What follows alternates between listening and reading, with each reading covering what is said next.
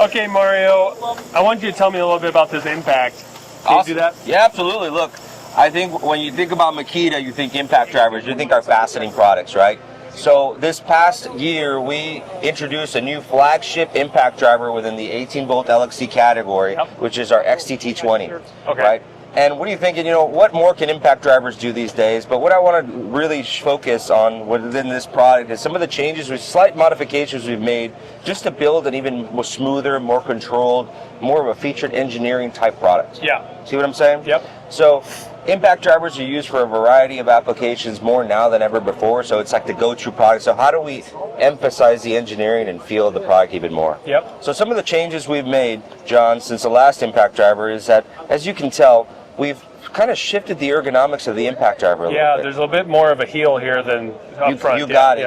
And why we did that is because typically impact drivers, whenever they have speed functions, they have them in the front of the impact driver, right? So what we did in order to be able to do that is shift it to the back. Okay. Right? So what you're thinking, why the back?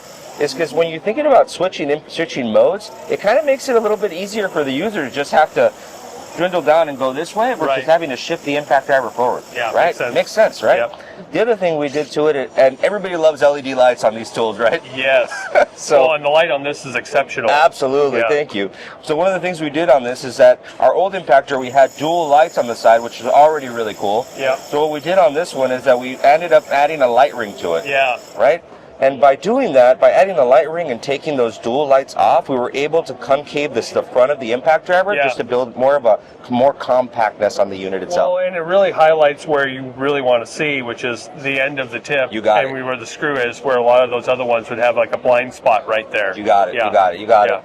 And we carried over a lot of the same, features and functions of what we had previously. Yep. What I would like to also reinforce is, a lot of people see our control panel and see the functions and think, all right, what are these all for? Right?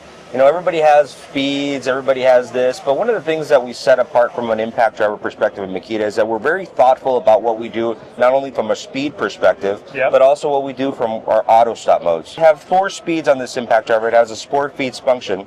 And one of the things, not only in the back panel, but you can also shift the speeds with this little button that you have here, which is pretty cool, right? Imagine being on a lift or being on a ladder, you just press that button. Well, yeah, it's super convenient. You don't have to switch it around and try to search for the LEDs and all that stuff. You just push that button. You got it. And so when you think about what step changing, what is it all about Makita impact drivers is precision work for any metal-to-metal applications. We'll start there. Yep. So we have 2 auto stop modes that you can function on the impact driver themselves. So let's say you're doing metal-to-metal applications with a self-tapping screw, and what's the one thing that always happens? You always over-tighten it, and that screw keeps shifting, right? That's it. You got it, and you're done. You got to redo it. Yeah. So what we do here is that we have auto stop modes to be able to function in metal-to-metal applications to actually stop the fastener when it actually feels the tension of that screw. Right. Pretty awesome, right? Yeah, that also transfers over to when I'm doing like hardware install in my cabinets. I don't want that screw to strip out on a drawer slide or something like that. You got it. So some of those control functions are just step changing versus what the competition has out there today. Yep. The other thing too we think about is we also have wood functions within our auto stop mode. So let's say you're fastening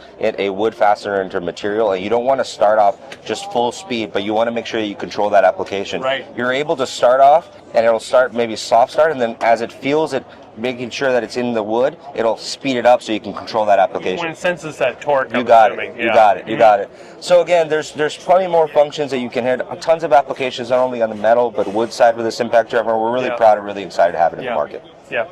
One thing I find really interesting about it is that you're talking about the double bearing on the bit here. Yes. And when I'm thinking about that is that when I'm fastening, say, countertops inside a cabinet, and I have a longer bit, and I need to get that screw started in there. If I have a lot of slop in that chuck, it's going to wobble and throw. I mean, everybody's done that. You've had a screw where you're trying to get up underneath there, you're all contorted and trying to get it up. Exactly. The screw falls off. You have to fish the screw from behind a drawer or whatever. But that's one thing that I've really liked about this. And honestly, that's one thing I did want to talk about is these impacts and the drills in general are very well balanced. Thank you. There's a lot of precision involved. The trigger is really precise. And when you're talking about, a cabinet install situation, you need to have that precision because sometimes you need a lot of power.